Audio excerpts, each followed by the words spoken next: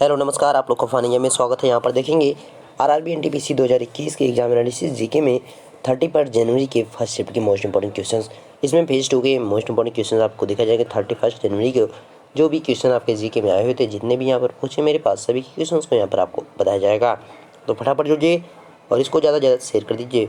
कुछ क्वेश्चन आपको अगर पता हो तो उसको जो हमें जरूर कमेंट करके बताएं, ताकि जो है उनका भी एनालिसिस किया जा सके। जब 31 के सेकेंड शिफ्ट की बात की जाएगी तो वहाँ पे उन क्वेश्चंस को भी शामिल आपका कर लिया जाएगा। ओके, देखेंगे पहला क्वेश्चन क्या है। ईडीडी फुल फॉर्म है। तो यहाँ पे देखिए बैंकिंग के आधार पर लिया गया है। तो बैंकिंग के आधार पर तो यहाँ पे अगर बात की जाए तो इसके फुल फॉर्म की इनहेंस्ड ड्यू डिलिजेंस, ये बैंकिंग के हिसाब से है, याद रखिएगा। एक्सपेक्टेड डेट डिलीवरी भी होता है और डॉक्टरी के फॉर्म में लिया जाएगा, मतलब डॉक्टरी के हिसाब से एक्सपेक्टेड डेट डिलीवरी डेट भी कह सकता है। भारत की सबसे लंबी अंतर्राष्ट्रीय सीमा किस देश के साथ है? किसके साथ? बांग्लादेश। बात की जाए कितनी? 4096 किलोमीटर। याद रखिएगा 4096 किलोमीटर।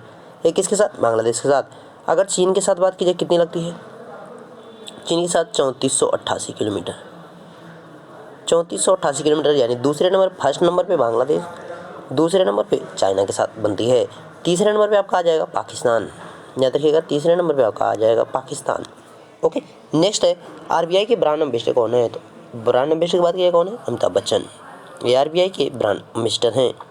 आरबीआई की बात की जाए इसके स्थापना की, तो इसकी स्थापना कब हुई? 1 अप्रैल 1935 में। इसका नेशनलाइजेशन यानी राष्ट्रीयकरण कब हुआ? तो इसका राष्ट्रीयकरण जो 1 जनवरी 1949 को किया गया। इसका हेडक्वार्टर कहाँ पे? मुंबई में इसका हेडक्वार्टर है। याद रखिएगा, ये आपसे पूछा जा चुका है। इसकी स्थापना पूछा जा चुका है, राष्ट्रीयकरण पूछा जा चुका है। इसके वर्तमान में जो गवर्नर है शक्तिकांत दास, उनके बारे में पूछा जा चुका है। नोटबंदी के समय कौन गवर्नर थे, उनके बारे में यानी उर्जित पटेल के बारे में पूछा जा चुका है। सारी चीज़ें आपको ध्यान रखना है। नेक्स्ट है 2021 का महाकुंभ कहाँ आयोजित किया जाएगा? कहाँ पे? हरिद्वार में। आपसे प्रीवियस अगर पूछे तो प्रीवियस कहाँ पे हुआ था? तो प्रयागराज, यानी कहाँ पे? इलाहाबाद में, उत्तर प्रदेश, इलाहाबाद में। संगीत के विषय में किस वेद में उल्लेख किया गया है? तो कहाँ पे? सामवेद को, यानी संगीत का जनक वेद किसको कहा जाता है? सामवेद को कहा जाता है। याद रखिएगा सामवेद को। और सबसे प्राचीन वेद की अगर बात की जाएगी तो कौन है? आपका ऋग्वेद है। और सबसे लेटेस्ट वाला यानी सबसे बाद का जो है अथर्ववेद हो जाएगा। रैम कैसी डिवाइस है? स्टोरेज डिवाइस के तौर पे इसको जाना जाता है। याद रखिएगा। क्रॉप प्लांट में माइक्रो न्यूट्रिएंट्स में क्या होता है? क्या होता है? आयरन। यहाँ पे क्या पाया जाता है? आयरन के यहाँ पे पाए जाते हैं न्यूट्रिएंट्स के रूप में। द्युति चंद्र ने 100 मीटर का विश्व रिकॉर्ड कितने सेकंड में बनाया है? 11.22 सेकंड में। याद रखिएगा। हर्षचरित पुस्तक किसने लिखी है? किसके द्वारा? बाणभट्ट। बाणभट्ट के द्वारा ये लिखी गई है। याद रखिएगा। धूपगढ़ी किस पर्वत की सबसे ऊंची चोटी है? किसके? सतपुड़ा पर्वतमाला की सबसे ऊंची चोटी धूपगढ़ी है। धौली नृत्य किस राज्य से संबंधित? कहाँ से? राजस्थान से। याद रखिएगा कहाँ से? राजस्थान से। अरावली पर्वत यहाँ पर है, आपको वो भी याद रखना है। थार का मरुस्थल है, वो भी आपको याद रखना है। बाकी और चीज़ जैसे इसकी राजधानी जयपुर, जो जयपुर है उसके जो दीवार है उसको यूनेस्को में शामिल किया गया, उस चीज़ को भी आपको ध्यान रखना है। यानी लेटेस्ट में सबसे यूनेस्को में शामिल भारत का जो स्थल कौन सा है? जयपुर की। जयपुर शहर भी आपको डायरेक्ट जयपुर की दीवार भी कह सकता है, कोई भी कहे तो आपको चीज़ें पता रहनी चाहिए। नेक्स्ट है सुप्रीम कोर्ट पहले अपना कार्य कहाँ से करता था? कहाँ से? संसद भवन। 1937 से 1950 तक कहाँ से कार्य हुआ करता था? संसद भवन से। 1950 के बाद 24 जनवरी 1950 जब सुप्रीम कोर्ट नाम वहाँ पे कर दिया गया, तो उसके बाद से तब से कहाँ पे हो गया? जो सुप्रीम कोर्ट बना हुआ है वहाँ से तब से किया जा रहा है 24 जनवरी 1950 से। याद रखिएगा। पौधों को ऊर्जा कहाँ से प्राप्त होती है? सूर्य प्रकाश से। नेक्स्ट है डिजिटल इंडिया की शुरुआत कब हुई थी? तो 2015 में की गई थी। 1 जुलाई 2015 को 1 जुलाई 2015 को डिजिटल इंडिया की शुरुआत की गई थी। नेक्स्ट है वर्ष 2020 का best test cricket of the decade का खिताब किसे दिया गया? किसे दिया गया? Steve Smith. कहाँ के? ऑस्ट्रेलियाई क्रिकेटर हैं। ऑस्ट्रेलियाई क्रिकेटर हैं, याद रखिएगा। नेक्स्ट है रानी पद्मावती कहाँ से संबंधित थी? कहाँ से? चित्तौड़गढ़। याद रखिएगा चित्तौड़गढ़ से। संसद के अंग में कौन सा नहीं आता है? कौन नहीं आता? विधान परिषद। अगर बात की जाए अंग कौन कौन से होते हैं, तो एक तो आपका राष्ट्रपति, उसके बाद राज्यसभा, उसके बाद लोकसभा। ये होते हैं 3 अंग, राष्ट्रपति, राज्यसभा, लोकसभा। याद रखिएगा तीनों चीज़ों को। नेक्स्ट, ग्रेफाइट की संयुक्तता क्या होती है? तो क्या होती है? 4। यहाँ पे ग्रेफाइट किससे लिया गया? कार्बन से। याद रखिए यहाँ पे कार्बन के बारे में ही पूछे क्योंकि उसका ही अयस्क है ग्रेफाइट। केंद्रीय मंत्रिपरिषद लोकसभा में कुल सदस्यों का कितना प्रतिशत होता है? कितना? 15%। नेक्स्ट है, चंद्रयान प्रथम किस तिथि को विफल हुआ था? कब हुआ था? 29 अगस्त 2009 को। तो इसको आपको बताना है कि लॉन्च कब किया गया था। आपको एक कमेंट करके बताना है कि चंद्रयान फर्स्ट को लॉन्च कब किया गया था।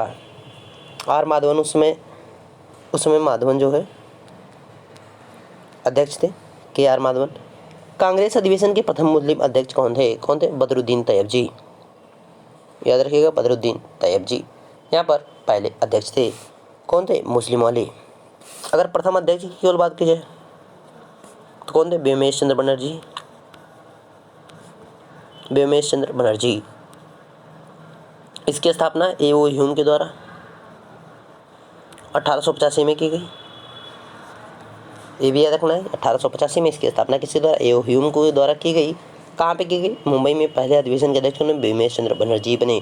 प्रथम मुस्लिम अध्यक्ष बदरुद्दीन तैयब जी। प्रथम अंग्रेज की अगर बात की जॉर्ज यूले बने।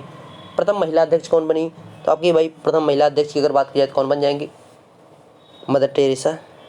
ओके, यहाँ पे एनी बेसेंट हो जाएंगी। सॉरी, मदर टेरेसा ने एनी बेसेंट। एनी बेसेंट होगी, मदर टेरेसा ने एनी बेसेंट। उसके बाद अगर दूसरी महिला की यानी भारतीय महिला की बात की जाए तो कौन बनी थी? सरोजनी नायडू बनी थी। प्रथम महिला एनी बेसेंट। उसके बाद दूसरी की बात की जाए तो आपकी कौन थी? सरोजनी नायडू थी। रॉबर्ट क्लाइव इंग्लैंड से भारत कब आया था? तो भारत कब आया था? 1765 में। यहाँ पे अगर बात की जाएगी तो प्रथम गवर्नर को बंगाल का प्रथम गवर्नर को बनाया था? रॉबर्ट क्लाइव को बनाया गया था। लॉर्ड क्लाइव भी दे सकता है, रॉबर्ट क्लाइव भी आपको कह सकता है। उसके बाद बंगाल का प्रथम गवर्नर जनरल को बनाया गया था? तो वारेन हेस्टिंग को बनाया गया था। याद रखिएगा प्रथम बंगाल का गवर्नर जनरल उसके आगे लग गया तो वारेन हेस्टिंग हो जाएगा। उसके आगे अगर बढ़ाएगा तो भारत का गवर्नर जनरल कौन प्रथम बना था? तो लॉर्ड विलियम बेंटिंक हो जाएगा। लॉर्ड विलियम बेंटिंक भारत का प्रथम गवर्नर जनरल था।